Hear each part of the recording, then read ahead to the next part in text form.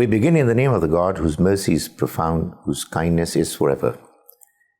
In this Why Islam series, I am now talking about the sources of knowledge that are employed to understand Islam and its teachings. I talked about the Quran in the last presentation, and towards the end I mentioned the fact that the Quran has definite coherence in the manner it has been arranged in its present form. The coherence that is found in the Quran has been described by an author as thematic and structural coherence in the Quran. In other words, there is coherence in the Quran both in the themes of the surahs as well as the manner it has been structured, the entire Quran, the way it has been designed. I also mentioned the fact that this coherence is found at three levels. It is found at the level of surahs, it is found at the level of surah pairs, and it is also found at the level of surah groups. So let's take surah unit as the first item. All 114 surahs of the Quran have been arranged and designed in a manner that they all have their own respective central themes. And the verses, the passages that are found in each surah are serving those themes in a manner that if you understand the entire presentation of the surah, you would find that each verse is making its definite contribution. In order for this understanding to emerge clearly for the leader has to either himself, herself, divide each surah, the larger ones, into different paragraphs, and then join those paragraphs together by understanding the underlying binding themes, ideas that have caused them to be put together the way they are sequenced now. It's a long subject, but I'll just attempt to give an example. The example of Surah number 62. It's called Suratul Jum'ah. It has 11 verses, and as I said, the surah has to be divided into paragraphs. Either you do it yourself or some expert scholar would do it for you. But in the case of Surah Al-Jum'ah, it's not a difficult task to find out that it is naturally divided into three paragraphs. It has the first 4 verses, followed by 5th verse till the 8th one, and then the 9th verse till the 11th is the 3rd paragraph.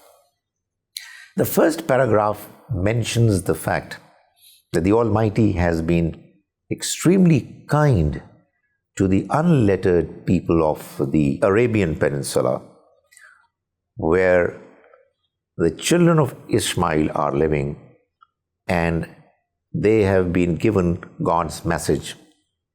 God's messenger has been appointed who belongs to these people, who is from amongst them. This is a great blessing, and the Almighty has mentioned it to ask the people who belong to that group to take this blessing of the Almighty seriously and to value it. The next paragraph all of a sudden shifts to another theme, and that's what the challenge in understanding the Quran, its different surahs, is. That there seem to be apparently sudden shifts. The next paragraph is talking about the Jews, the children of Israel, who were given a similar gift by the Almighty in the form of a book, Torah, which in many cases, they did not take seriously.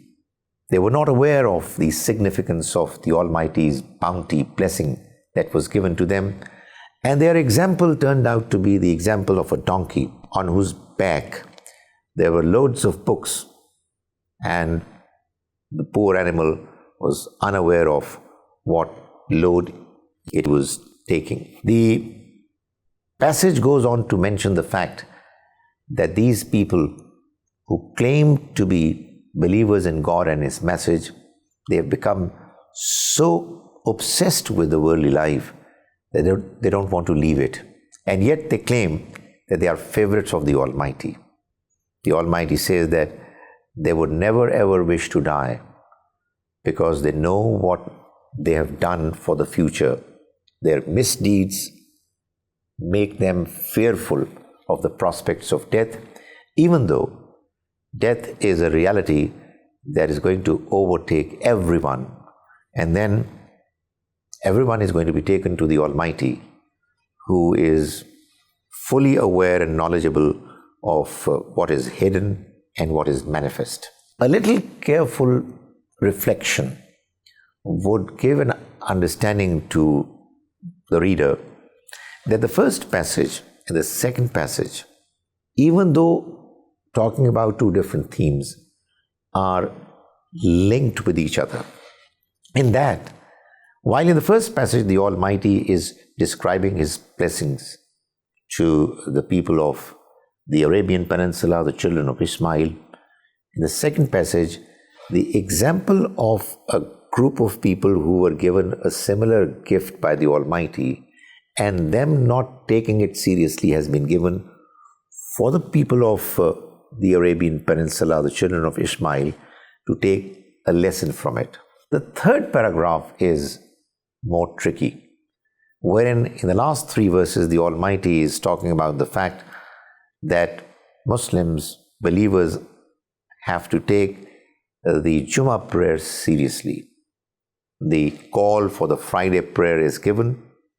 Whenever it is done, Muslims have to leave everything that they are doing and reach out for the masjid where God's message is read out and prayer is held.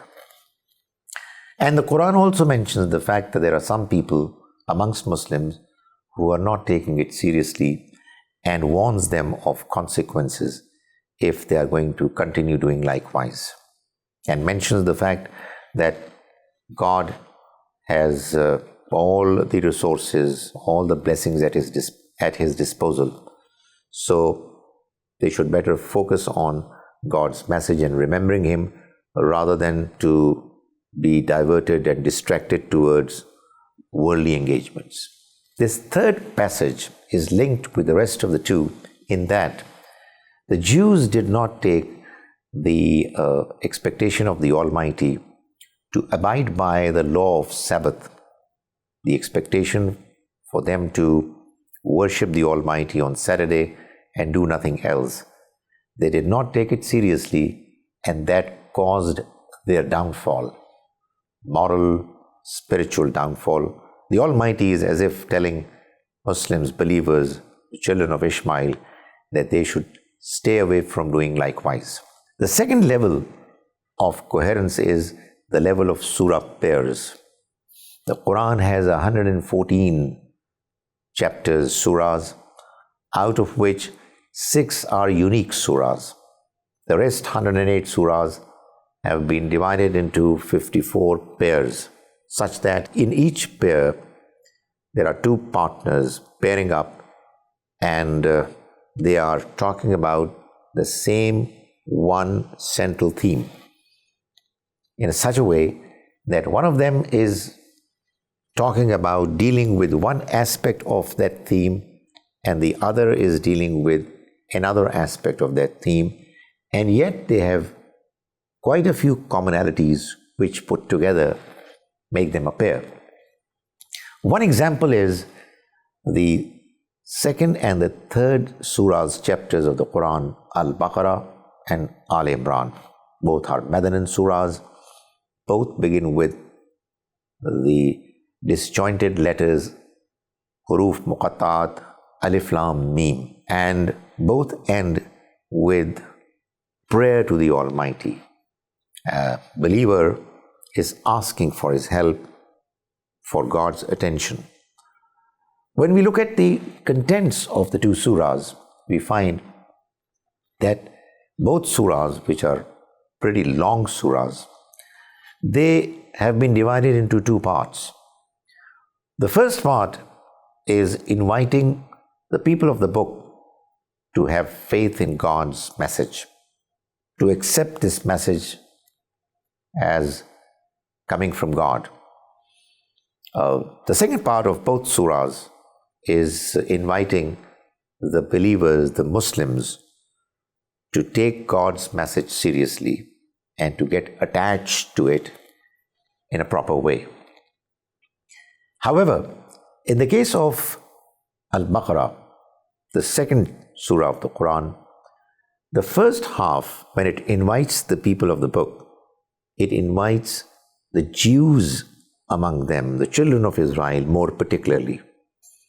And in the next surah, Surah Al-Imran, even though both groups of people of the book are invited, the invitation extended to the Christians, the Nazarenes, is more prominent.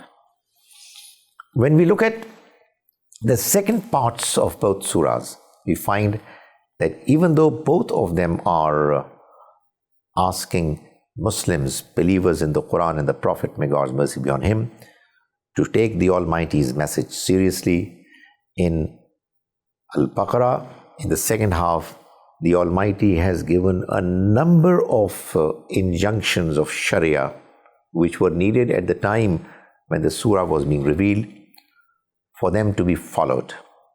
But in the case of the third surah, Al-Imran, in the second half, when the Muslims have been addressed, we find that there is no injunction of Sharia mentioned. All that we find is that with the Battle of Uhud in the background, the Almighty is guiding believers and letting them know as to why things happened the way they happened in the Battle of Uhud.